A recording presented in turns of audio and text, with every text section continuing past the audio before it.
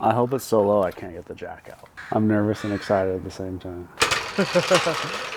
We don't know much about the history of Stinkbug outside of the last maybe 5 years. But what we can tell from the work that we've done is it worked pretty hard, I would imagine, pretty much every day of its life. He's 75 years old now. He's under my care. His working days are over. Consider Stinkbug retired. Today marks the start of a project I've wanted to do for a very, very long time. But we had to get the drivability right first. Now that we're done with that, we're gonna lower it. We're not gonna totally dump it down in the weeds like I really wanna do for a couple reasons. I'll get into that as we go. But I should have all the parts here, if my math is right, to take almost 5 inches out of the stance of this thing and give it a little bit more of the look that I've always wanted. Not quite all the way there, but a lot better than we are now. As I'm taking this other wheel off, let me fill you in on the plan starting in the front. I have a Speedway Motors 3-inch drop axle. We are gonna run the same wheels, but I bought smaller tires, which is gonna give us almost 2 inches of drop just by changing rubber. Now, if you're an aficionado of antique Chevy trucks, you might be thinking, hey man, Speedway doesn't make a drop axle for a 3600. You'd be right, but they do make one for a 3100. The 3100 front axle will fit under here. The only difference is the spindle and the diameter of the kingpin. And then you might be thinking, well, you don't have those. That's where you'd be wrong. I bought the entire front end out of a 54 3100. I got the axle, I got the spindles, I got the brake, I got the leaf springs. I have everything but the shock, and I got new shocks from LMC. So what we're going to do is we're actually converting this to a half-ton front end setup. There's multiple upgrades happening at once here, and I'm excited about pretty much all of them. The goal is to lower it. That's happening. But with that, we're gonna convert away from the Huck brakes in the front to a traditional Bendix style. We're converting to Heim joints on both the tie rod and the drag link. And we're also going to get new front shock, new wheel bearing. So not only is Stinkbug gonna get lower, it should drive way, way better. I know there's at least one person out there thinking, well, if you're gonna convert it to a half ton, why not just start with a half ton? First of all, shut up. Second of all, I told you, it's retired. Its working days are over. It is gonna be low and slow, which he doesn't have to work that hard at being slow, but it's gonna be low cruiser. All right, well, I got the drums off both sides. I'll be honest with you, all this stuff I expect to come apart pretty easy because I've had it apart in the last, decade. The rest of it, look how crunchy all this stuff is. I'm not 100% sure we're gonna get everything done in one weekend, but it kind of is what it is. If that sounds like something you're familiar with, consider subscribing so you don't miss what is probably going to be 2 parts of lowering Stinkbug. We need to disconnect the steering gear, which if I can do from just right here, that's all we need to do. These are what I think was common then, but weird now, like ball and socket and spring type connection instead of like a traditional tapered rod end or something like that. I don't really know how they work. I'm pretty sure you just pull this cap off and it takes the preload off the ball and this should all come apart. We'll see. It's got a big slot in it, so I'm gonna see if it turns. I might need more screwdrivers. Oh, and we're back. Look at this unit here. I think it might be made for stuff like this. Oh, it's working. So my understanding is this is taking preload off of like a spring ball socket. I don't know if it's gonna come flying out or not. We'll keep our face over here, but I believe this is like how you tighten your steering. She gets a little loose. You put a half turn in your little preloader. This one was like buried. So I'm wondering if instead of replacing parts, they just had this baby cranked. And even so, it didn't really inspire confidence when you needed to make a turn. Okay, I got this, and now I don't know what to do.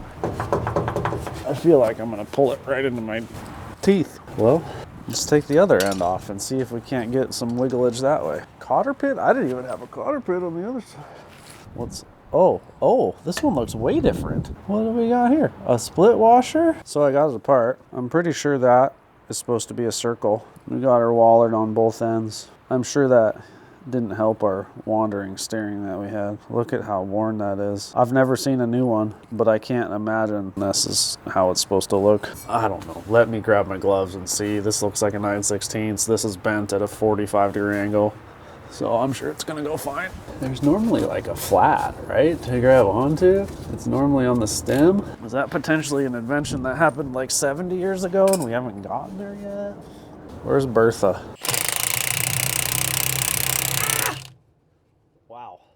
Something was happening, but it was really shaking my brains out. That actually came out. I cannot believe it. There we go. She broke off. Shock off, steering off. We got to do the shock on the other side, and then we get to fight with U-bolts. So what I'm going to do, because this thing's going to be heavy when it comes, put just a touch support on it, and then hammer these with the impact and see if they move. I'm sure Bertha's on kill. Okay, here we go.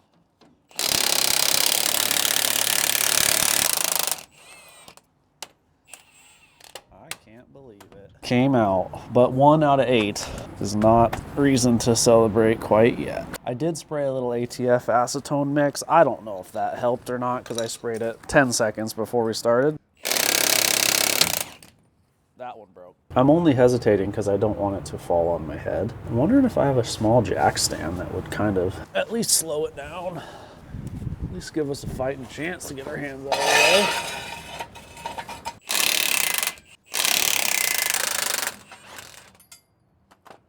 Okay, it's free on this side. Last one. And then it's free and just rust is what's holding it together. I'm gonna move these. We're gonna let the jack down and see what happens. Okay, frightening. Got my unbinding tool. I really thought that would work. Are these like washers, shims? Ooh, maybe I'll try that on the other side.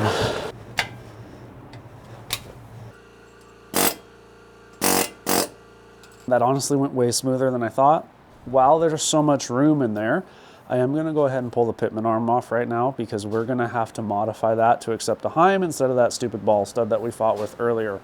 All over, just make a mess on my floor, I don't even care. I'm gonna assume that this has never been off.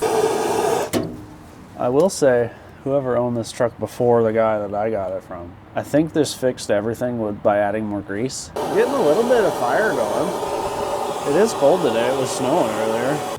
That's all it took, just to break the grease mud seal. Let me take you guys to the shed where I can show you my pile of parts for lowering Stinkbug. Fresh set of tires, we'll get to those later. On my little homemade cart here is everything we should need. This is all front shocks, rear spring hanger stuff from LMC, stuff to build drag link and tie rod from Speedway. This here is the actual drop axle. Underneath here is all the stuff that I bought off of 3100, except for the hubs and spindles. Those are in the other shop still. Here's our new axle, star of the show. Let's get it open and see what it looks like. Now this piece is a little bit different than original. This is a piece of DOM tubing with machined ends and a 3-inch drop. I keep saying I bought this from Speedway. They sell one just like it. I think I actually bought this off eBay, believe it or not. There's a bunch of different brands that basically sell the same thing. There she is. All right, most of you guys probably already know this, but if you don't, let me show you what makes this a drop axle. See how aggressive that shape is compared to the factory one? Here. This is your drop right here. This is 3 inches more than that one. What that does is the axle mounts in the same location, but it moves the spindle and everything up towards the chassis of the truck, which effectively lowers it. It's really, really simple. You're just making this part steeper and longer, basically, and the amount that you make it steeper and longer is your amount of drop. 3 is really common. You can get a stock axle stretch to 4 for this, which is what I wanted, but I didn't. There's like one guy that does it, and he was 12 weeks out. He's super nice, but I just didn't feel like waiting. I figured I could do 3, pull a couple leaves if we need to get more. Plan is to kind of sneak this under there, get the caster shims in, get it hanging. It's gonna look so out of place, all shiny. Before I do anything, I want to get my other U-bolts and just make sure that like the hole spacing is correct and everything, because you never know. These are mass produced somewhere, likely offshore, like that. That's not gonna work. Although maybe 3100 U-bolts are smaller. I do have them. Let me have a look. Oh, they are smaller. I guess I lied a bit. They're not exactly the same. That's why I bought a whole axle from a guy. So we got the axle kind of set up in here balanced on jack stand. They included these pieces, which appear to be if you want to not have a bump stop. We do want, at least for now. So I'm gonna try to reuse the factory bump.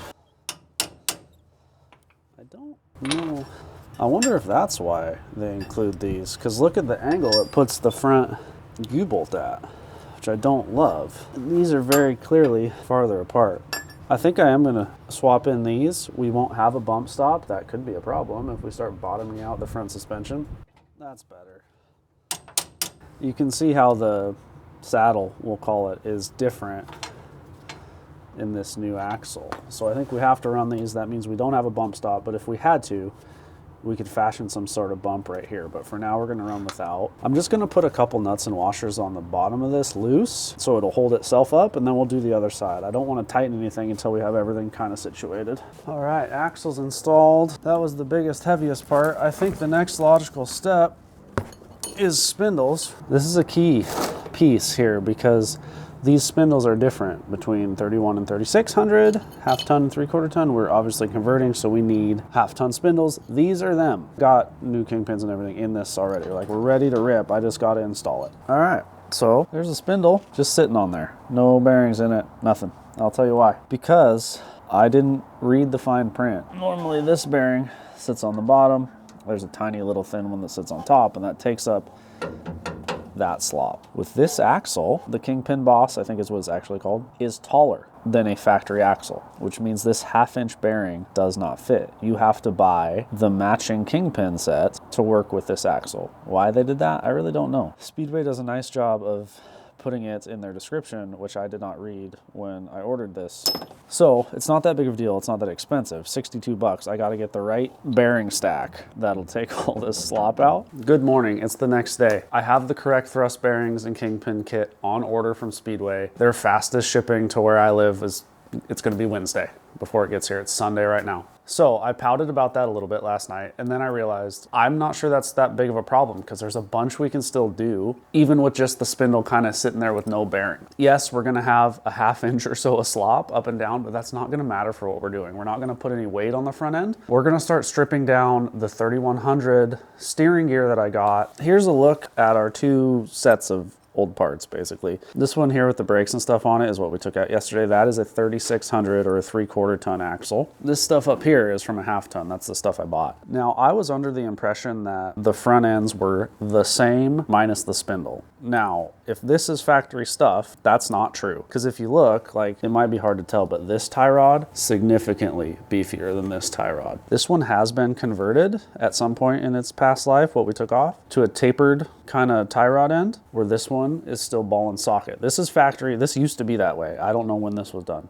Because we are converting to 1/2 ton stuff, I'm not going to use any of this 3/4 ton stuff just to eliminate any sort of mismatch. Basically what we need is, this is the driver's side steering arm. We need all of this. So we got to bust out this ball and socket and the one where the drag link attaches. We're not saving any of it. So if I put a tweak in it like right now, don't care.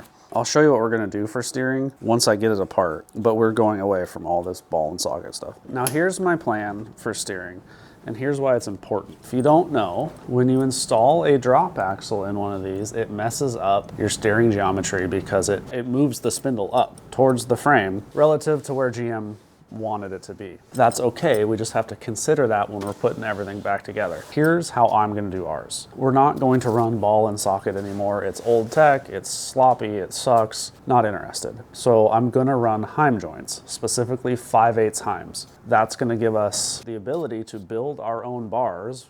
Our bars in this case are our drag link, the short one, and our tie rod, which is the long one. Those will have left and right hand threads on either end. So if you want to make an adjustment, you can just spin the bar. It's going to be way better. It's also going to be way stronger and less sloppy. To get those to made up to our factory linkage, I'm going to cut these balls off.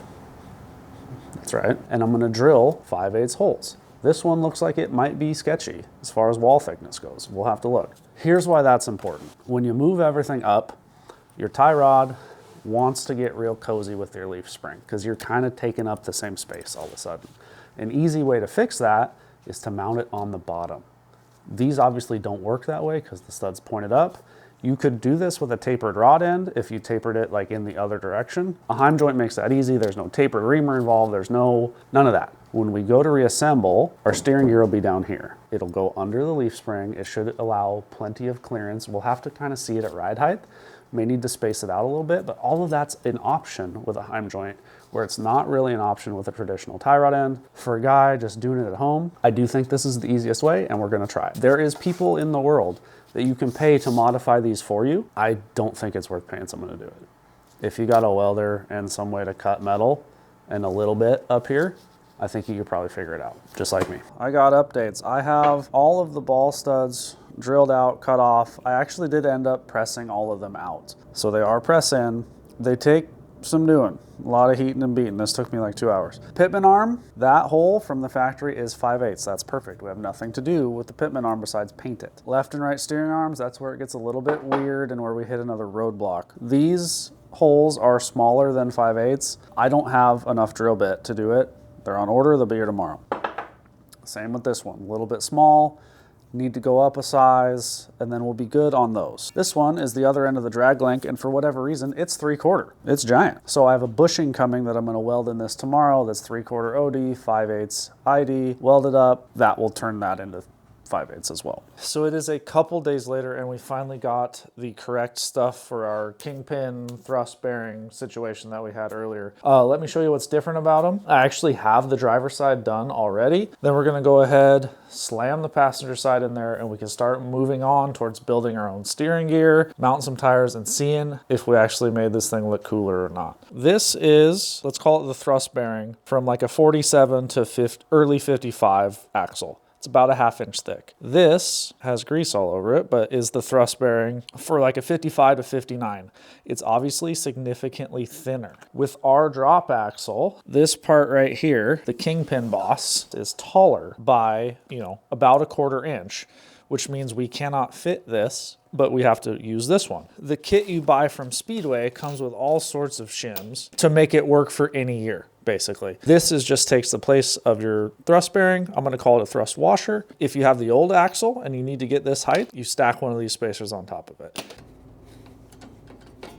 There we go. Almost all the way in, we just give her a little tap.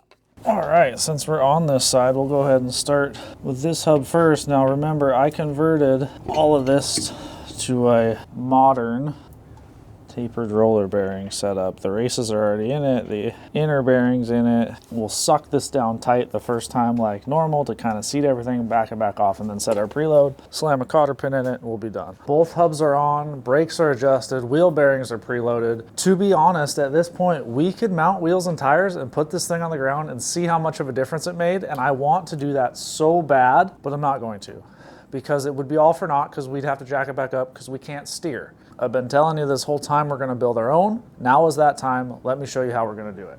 These are 7/8 OD universal tie rod drag links. I got them from Speedway Motors.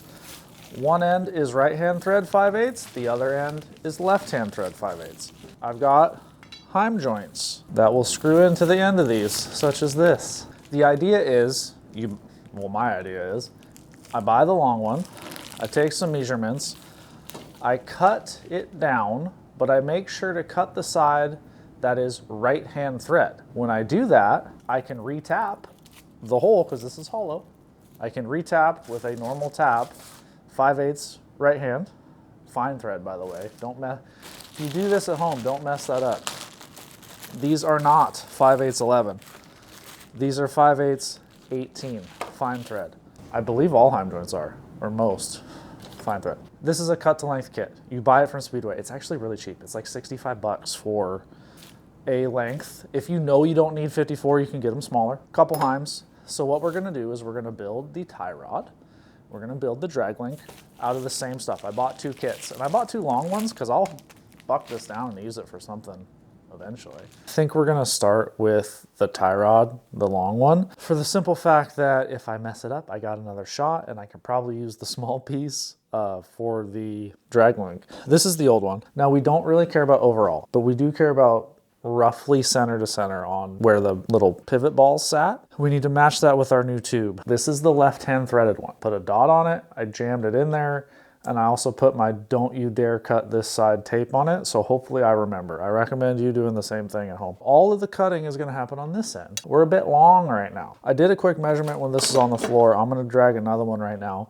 It looks awful close to 48. Now we have adjustability in our new setup that we don't with our old one, so we don't have to be perfect, which is exciting. It's so wallered out, it's really hard to tell, but up here it looks closer to 47.5. So an easier way to think about this for when you're cutting the tube, because you're cutting only the tube, not the heim, don't forget. Halfway in on these heims, I have 1 3/4 stick out. Close enough, this makes no difference. I'm gonna have that 1 3/4 on both sides because I have another joint.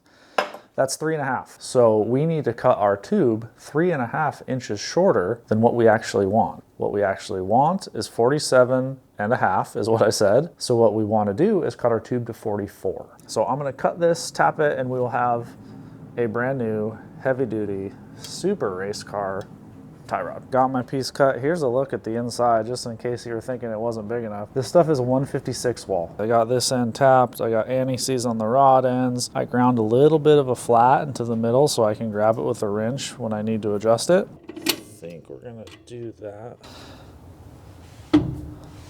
Oh man, I mean, obviously we're not gonna turn that sharp, but obviously there's some adjusting to be done, but the biggest concern when doing this is this distance right here. Spring pack to tie rod. But you could see how much of a problem it would be if it was on top. It would run right into the spring, and top is how they are from the factory, which is why you have to do something. This was not just because we like heim joints and race car stuff. We have to do something, otherwise this bar hits this spring. The next thing we have to build is the drag link, which goes from the pitman arm to this top steering hole. Now this one is a little bit more complicated for a couple reasons. The biggest one is if you do this wrong, you can introduce what is called bump steer, which is pretty much exactly what it sounds like. Bump steer is when you hit a bump and the wheel turns and the truck tries to go a direction. That happens when your drag link is at a funky angle. So what we are shooting for is we want our drag link to be parallel to the spring eyes at ride height. We're not at ride height right now because it's jacked up. This is the chunk I cut off of the tie rod piece. We're just using it as an example. At ride height, we want to be pretty much close to there. We don't want this. We don't want this. Now, if you think about it, if it's like this, and you hit a bump and this axle moves up relative to the steering box, it's gonna try to lengthen that arm by swinging it up, and it's gonna jerk the wheel out of your hands. That's called bump steer, and that's what we're trying to avoid. We are gonna set this up to where it's hanging right now. We want a little bit of downward because as weight rests on the axle, it's gonna move up. So I got that piece built. Here's what we got. It's obviously a touch nose down right now. These aren't tight, they're just sitting in there. Nose down right now isn't the worst thing in the world because it's in full droop. So I would expect, I actually want that. And we're gonna put a jack under the axle and get some weight on it, like it's sitting on its tires. See where this ends up and then decide if we need to space this up, space it down, see what it looks like at what's going to be ride height. Let me get you guys in here and show you. Anyways, the weight is just starting to come off the jack stands. And look at the angle we got now. We're headed uphill. So that's a massive change. And you can see how flat the spring sits when there's weight on it, which is good. That's great for our lowering project. It's not great for our bump steer drag link problem we have right now. So right now we're headed uphill. What I could do, the easiest thing would be that. Okay, that's significantly closer to level. You see how just going top to bottom changed that? Got some nuts just kind of loosely on here. I'm gonna let the jack down, jack it back up, and just kind of cycle it a little bit and see what it looks like. Make sure it doesn't bind at full droop. Not that we're gonna be doing any sort of jumping or anything like that. We're not actually looking for level necessarily, although it's gonna be close to it. We're looking for parallel to the imaginary line that runs between the center of this fixed spring shackle and this rotating one. The way it ends up is effectively level, but if these were different, we still want to maintain parallelism, not necessarily level. We're gonna let her down.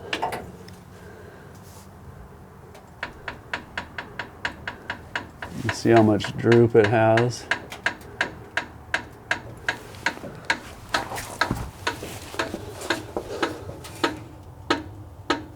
Okay, move it back up.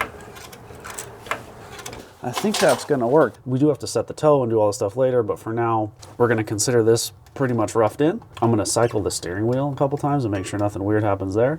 and we're gonna move on.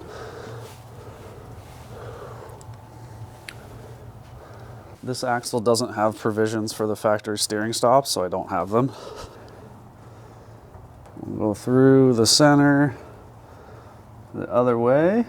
We might have tire clearance problems before we have steering problems, which is just remains to be seen once we get the rubber on it. If you're following along, you may remember that I said we're gonna use the same wheels. If you're still following along, you might wonder how, because our GM late model PYO wheels are 8 lug and we just put half-ton 6 lug stuff in the front. We are gonna go back to old reliable, the wheel spacer, but with a much more sketchy twist. I'll be honest with you guys, I'm actually a little bit uncomfortable with this solution, but I'm gonna do it anyway and I'll tell you why as we go. First part of it is the 6 lug 1.25 inch spacer. Now where it gets really weird and a little bit frightening is this is a 2-piece unit that bolts together with these 1/2-13 cap screws. There's 6 of those, and it converts a 6 lug pattern to 8 on 6.5. People run these, they're not new. I didn't make this. It just feels like there's a lot of connections and it does make me a little bit uneasy, but we're doing it for now for a couple of reasons. The biggest one being these aren't the forever wheels. So I didn't want to go buy 6 lug stuff, have a mismatch. The other thing is, there's a really, really good chance that that rear axle is not staying in the truck very long because it's so gear bound, and whatever we put in it isn't going to be 8 lug either. So the rear's going to change. I don't know the widths. I don't know what's going to go in there yet. I'm trying not to buy wheels like 3 or 4 times is what I'm saying. We went 1/2 ton. We're converting back to 3/4 ton for wheels. The only bad reviews I read are very clearly due to improper install. And it's always the same way.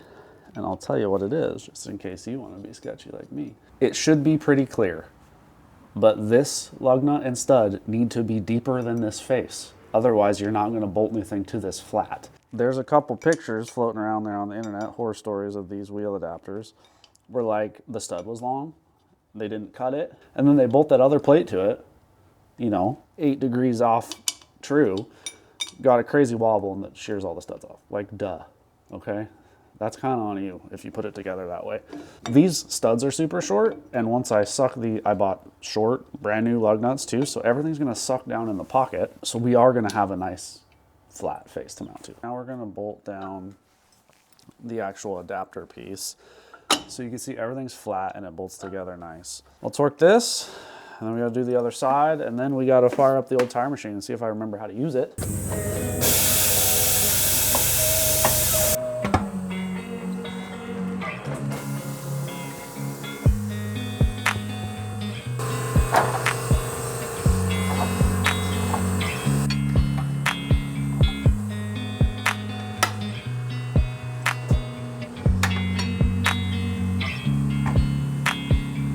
I got one off.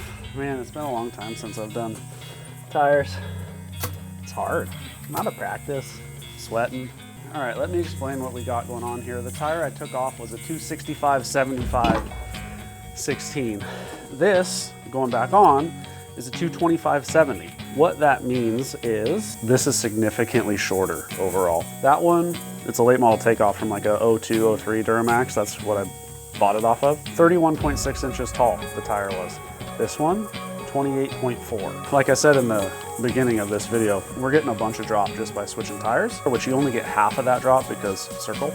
We should be close to 5 inches in the front, 4.5, 5, depending on spring settle and stuff like that. These wheels are only 6.5 inches wide, so I don't think we're gonna see a bunch of stretch or anything weird like that. These are a fairly cheap GT radial, but they made the right size, and you can get them with outlined white letters, which I think is a classic look, and we're definitely mounting that way.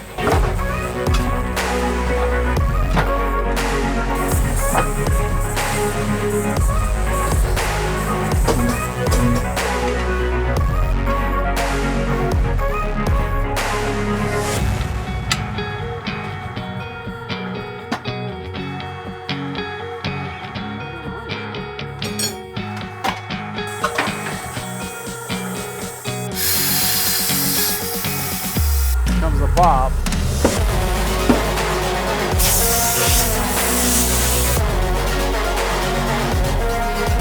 All right, while it's up here, I'm gonna scrub my white letters. But for comparison, Look at the difference. Lowrider, for sure. By the way, if you don't know, warm, hot, if you can, water, takes that blue right off. It's time to toss these up there. I even bought factory correct GM lug nuts because I do have the center caps for these, and I'm gonna see if I like them. White a bit smaller. It's gonna be fine, clearance wise. And what do you think about the center caps? We'll put them on and see. Is that gonna be too late model? Or is it gonna be like a cool old school, new school type thing? I think it's gonna be really low in front and look dumb as shit in the rear. I'm gonna jack this thing up, put it on the ground, and we're gonna have our first look at Stinkbug with a 3-inch drop axle and a much, much shorter tire. I hope it's so low I can't get the jack out. Like, that's the vibe we're going for. All right, here we go. I'm nervous and excited at the same time.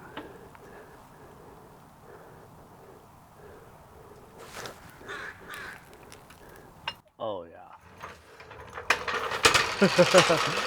Oh my God, it's so high in the rear. Look at it though.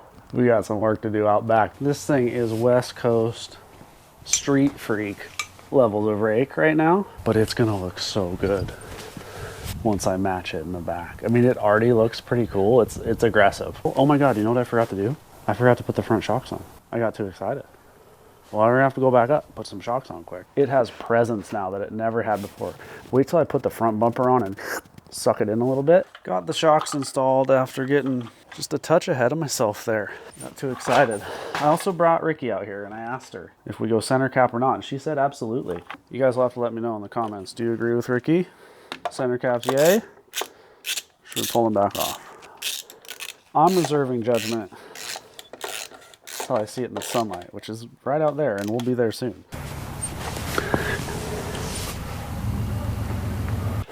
All right, I know what you're thinking. You want to see the rear, and so do I. But unfortunately, parts shortages put us way behind schedule, and that's going to have to be it for this episode of Tiger's Garage. If you want to see what it looks like with the rear matching the front, be sure to subscribe, and we'll see you next week on Tiger's Garage.